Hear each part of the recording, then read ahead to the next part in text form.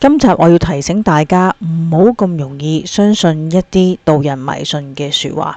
咁當然個導人迷信嘅就好似阿七棍咁樣啦，用一啲要嚇你嘅，令你受怕嘅說話，而要你付出巨額金錢。咁呢樣嘢都係涉及巨額金錢嘅損失。但係我今集要分享嘅一個故仔，就係關於阿七棍個伯樂鬼王潘聰嘅。呢件事並唔係一件巨額損失咁簡單嘅一回事。咁本身我呢，丁丁呢，對於玄學心理學佛學哲理嘅呢啲嘢嘅，我都比較有興趣嘅。咁好多年前啦，我都有聽呢個鬼王潘聰嘅節目，而有一單嘢呢，係應該如果係聽開佢嘅聽眾呢，係應該知我講邊一單嘅。但係我講呢單之前呢，我要先講啦近期少少發生嘅嘢啦。因為我最近好多，我諗呢幾年呢，我都冇再聽潘聰嘅節目噶啦，亦都呢 unsubscribe 咗嘅。咁點解呢？咁我有機會再同大家講啦。咁我而家講呢，就係我好記得有條片，就話佢喺2022年左右啦，2年前，咁佢呢曾經有一個節目啦，嗰度講佢呢就話去咗呢個黃大仙嘅元清閣度扶乩嘅。咁呢，佢就扶乩想問自己自身，即係問佢自己呢個搞呢個台係點樣啦，即係個發展如何咁樣啦。咁乩文呢就咁講嘅喎，就話少界有心作宣傳，聰明可以莫亂言，善名不可道迷信，信應能夠有實據，就係咁啦。呢4句嘅乩文睇明呢，大家都4句好易明嘅啫，都唔係好難明啊！即係講到好清楚、好白噶啦，即係話佢呢就有心呢係作宣傳啦，就提醒佢呢唔好亂講嘢，亦都唔可以導人迷信，係有就要真憑實據先可以講嘅。其實當刻呢，佢係唔知道呢。黃大仙祠呢個扶乩嘅乩文係會咁寫嘅，咁佢冇辦法啦，咁佢都已經去咗嗰度，亦都係做咗呢個，即係出咗個乩文出嚟，佢都要讀俾大家聽噶嘛。咁佢嗰下都有少拗啦，絕對。其實可能嗰刻我覺得佢係唔知自己究竟做錯咗啲乜嘢，咁就死啦。即係連自己做錯咗都唔知，但係又要繼續做，咁咪就種下咗業根咯。咁由嗰刻開始啦，其實我都少聽咗佢節目，而家都冇聽啦，直頭。咁其實都覺得係佢嘅節目係越嚟越怪嘅。咁同埋啦，佢之前好多年前呢，佢嘅節目係幾多人聽嘅，因為嗰陣時呢唔知點解呢，又特別多呢啲靈異嘅古仔啦，啲聽眾會打去分享下咁，其實就幾有趣嘅。咁但係呢，我就覺得，因為呢啲節目聽得多呢，真係會影響自己個思維㗎。而可能佢自己都覺得即係冇乜特別嘅嘢可以去講嘅時候，或者有聽眾打嚟分享啦，咁變相佢就要自己製造一啲嘢、一啲話題去吸引觀眾去睇佢個台啦。當然，咁但係慢慢就係變咗好似阿梁思浩嗰啲咁嘅節目啦。即係本身冇乜特別嘢，而又特登去製造啲話題去做宣傳，咁咪就係瀨嘢咯。好啦，我而家要講一個個案呢，就係佢曾經喺2012年嘅時候啦左右，咁啊當時佢就有個 case 嘅，咁佢嗰時有啲好忠實嘅聽眾啦，有位男士嚟嘅，咁佢呢就。因為佢本身嗰個男士都係一個呢啲靈異嘅愛好者，咁所以呢，佢就不斷好似聽咗即係阿潘聰嘅節目之後呢，咁佢就即係為咗可能有時佢自己又有心去揾呢啲咁嘅資料啦，咁所以呢，就去咗即係有一集呢，佢就話同阿潘聰呢，就去咗有一個地方，好似類似去探靈咁嘅嘢嘅。咁我當刻都有聽住跟進住呢一單嘢啦。咁嗰時呢有聽呢就話佢嗰位聽眾啦，咁就同阿潘聰就去咗咧銅鑼灣一個某酒店嗰度，有個後樓梯嘅。咁嗰度咧就有一個牌啦，寫住無主孤魂。由嗰陣時開始，咁嗰位男士即係男聽眾同佢去完之後啦，佢話呢個潘聰講㗎，就話隔咗一段時間就聽聞話呢個男聽眾就咁自己解決就離開啦。因為當時咧阿潘聰亦都唔知道點解呢個男聽眾會突然間離開咗嘅。當刻其實佢話佢自己咧都好愕然，亦都唔係太好受，佢覺得係佢自己嘅問題。咁好啦，咁佢話佢因緣際會底下啦，佢就認識咗咧呢位男聽眾嘅太太。咁呢位男聽眾太太話原來咧講話佢個先生咧，因為受到即係一位已離世多年嘅女歌手嘅纏繞，就要求佢咧就要去帶佢去到陰間相陪啦。咁啊結果走上呢條不歸路。嗱，如果以我去講啦嚇，咁我以佛教嘅角度去講啦，因為佛教嚟講咧就其實係冇咩，即係有呢啲叫做孤魂野鬼啦。咁係嚟自咩嘅？嚟自其實係餓鬼道嘅。因為如果人正常你去到死後啦，即係停止呼吸之後咧，你有嗰個神識喺度嘅，個神識就係類似你嘅魂啦。咁而嗰個你係會係停留係有49日嘅，749日，而49日之後就會睇下你會輪迴去到邊一個嘅道啦，即係有6道噶嘛。咁你睇下去邊度啦。好啦，講翻呢一單啦。咁嗰個所謂無主孤魂呢，其實根本冇人知嗰個嘅即係呢一個嘅眾生啦，究竟係嚟自邊度嘅，亦都根本係唔會有人知。咁好啦，咁阿潘聰呢，就揾啲咁借佢個節目啦，就去搞呢一啲咁嘅嘢咯喎。咁其實係根本上都冇一啲好實質嘅證據去證明究竟係發生咩事。咁好啦，但係佢所搞到一啲好神秘、好靈異嘅嘢，就令到一啲聽眾呢就去尋根究底啦。咁就正呢位嘅男聽眾啦，就本身已經好着迷呢啲靈異事件噶嘛。咁變咗阿潘聰，佢更加接受咗呢個嘅男聽眾咁熱心嘅幫佢揾料嘅時候，佢更加令到呢個男聽眾更加沉迷咗喺呢一件事、呢一堆嘅靈異事件嗰度。咁俾佢撞到呢一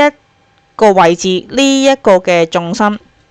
即係喺呢個銅鑼灣酒店嘅嗰位眾生啊。咁你話係唔係咁啱有緣係咁樣撞呢？咁當然呢位嘅即係走咗嘅男聽眾啦，唔多唔少係有機會同嗰位嘅眾生有緣，但係中間最關鍵人物就係潘聰。如果唔係有佢呢啲嘅節目嘅話，嗰個男聽眾可能最多係自己揾下，即係好當係好奇心好咩都好啦，即係唔會咁去着迷於尋求呢啲咁嘅好似背後嘅故事，都係可能食下飯冇嘢做聽下算啦咁樣嘅啫，即係唔會影響到佢自己嘅自身。咁我喺揾呢啲資料之前呢，我就睇到一段嘅 blog 啦。咁就其實有一位叫 Cass 嘅，咁咧佢就話佢當時佢都係有聽開啲潘聰嘅節目啦，亦都係即係去咗啲網聚咁樣啦。咁認識過呢一個嘅男聽眾添嘅。咁我唔睇佢個名啦。咁咧，佢當時咧佢都好愕然。咁點解即係覺得佢有親身見過佢一面啦？佢當時亦都係個即係嗰啲網聚嘅搞手嚟嘅。咁當刻呢位阿 Cash 咧都即係覺得咧呢位男聽眾咧係唔係想即係了結自己生命嗰種嚟嘅，即係覺得佢都好有計劃啊，即係都好有希望啊，對於自己人生都。即係冇諗過佢會咁樣走咗啦。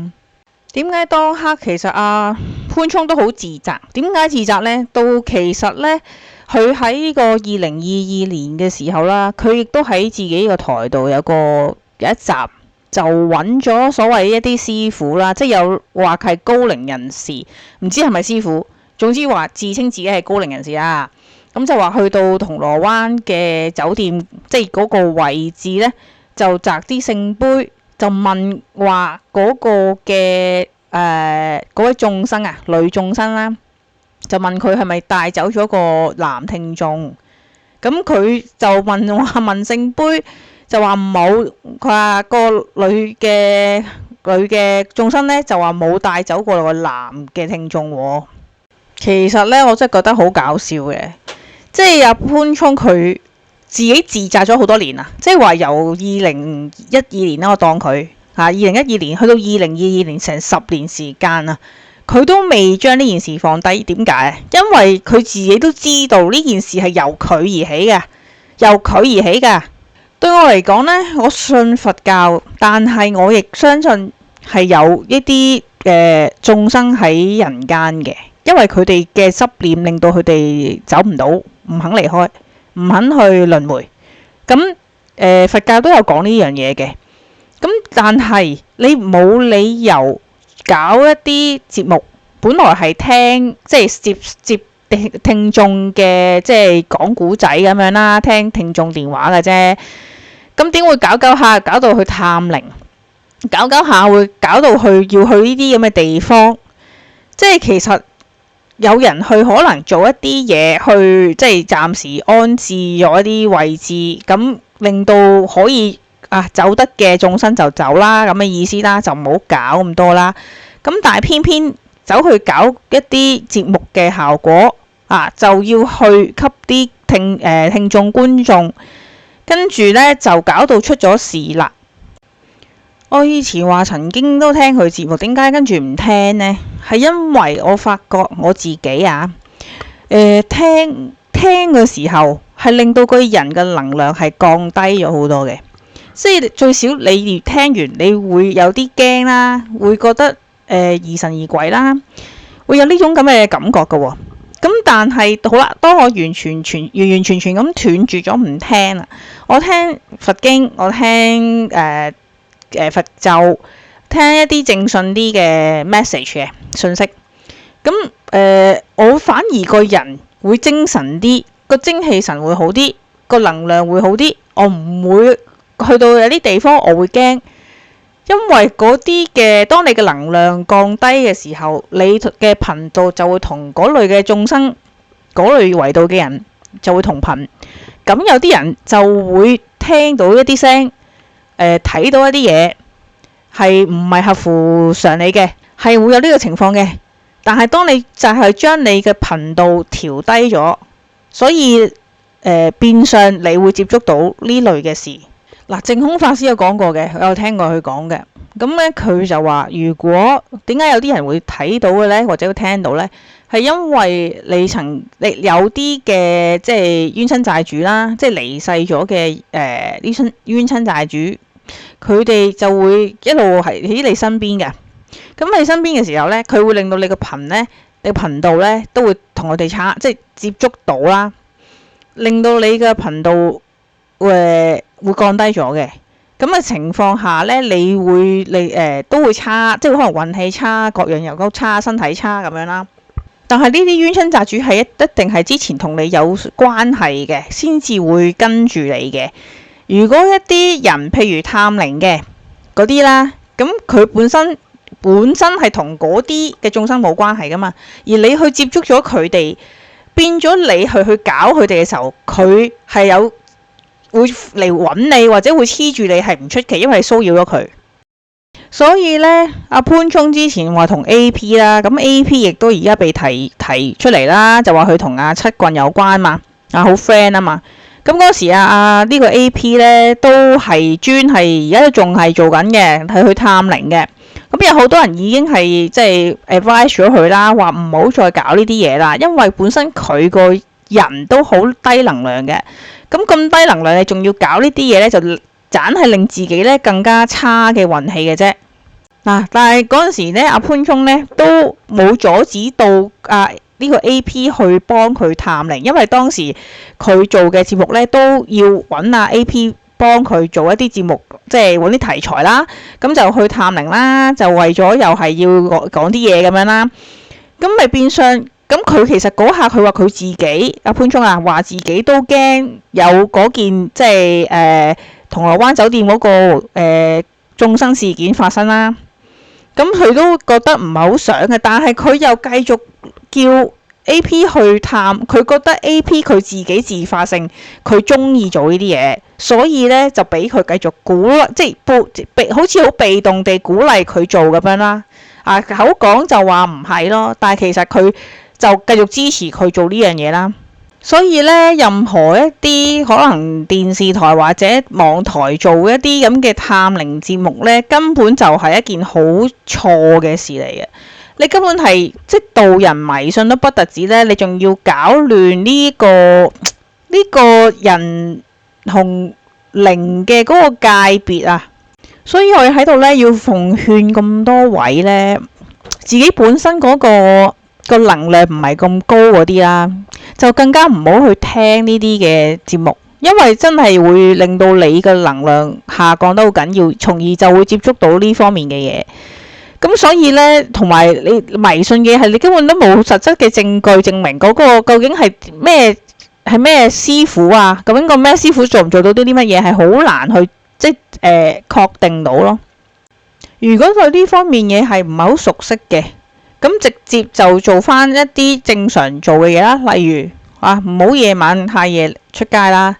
即係都係正正常常，可能即係唔好太夜翻到屋企做完嘢玩完又好，食完飯好，跟住翻屋企，唔好特登去一啲又比較陰暗嘅地方，或者啲山區，或者其他一啲水多嘅地方，即係確實呢啲地方係比較容易接觸嗰樣嘢嘅。另外做多啲運動啦，令到自己嗰個energy個能量真係會高啲啦，令到你身體健康啲啦，病痛會少啲啦。咁你接觸嘅話就接觸啲正信嘅宗教啦，唔好接觸啲聽人講好似好恐怖，令到有恐懼嘅嗰啲古仔，令到你有恐懼嘅古仔，變咗你一聽完你一驚，你就個頻率又低咗啦。即係神棍講俾你聽嚇你嘅嘢，呢啲令你產生恐懼；聽鬼故嘅令你產生恐懼；睇恐怖電影嘅令到你產生恐懼。呢啲所有嘅嘢都唔好做。我預咗今集呢，可能有啲人入嚟留言㗎，中傷㗎，咁冇所謂啦。因為呢啲已經中咗，可能已經中咗啲魔所俾你嘅嘢，咁已經迷信到一個點係沉迷咗落去。咁希望呢堆嘅人呢，希望盡快脫離呢啲魔道啦，因為魔妖味呢啲係隨着自己個心係偏向於低頻咁就會黐埋嚟噶，因為同佢同頻啊嘛，同頻共振啊，正所謂。好啦，今集講住呢度咁多啦，唔講啦，有狀況啊，拜拜。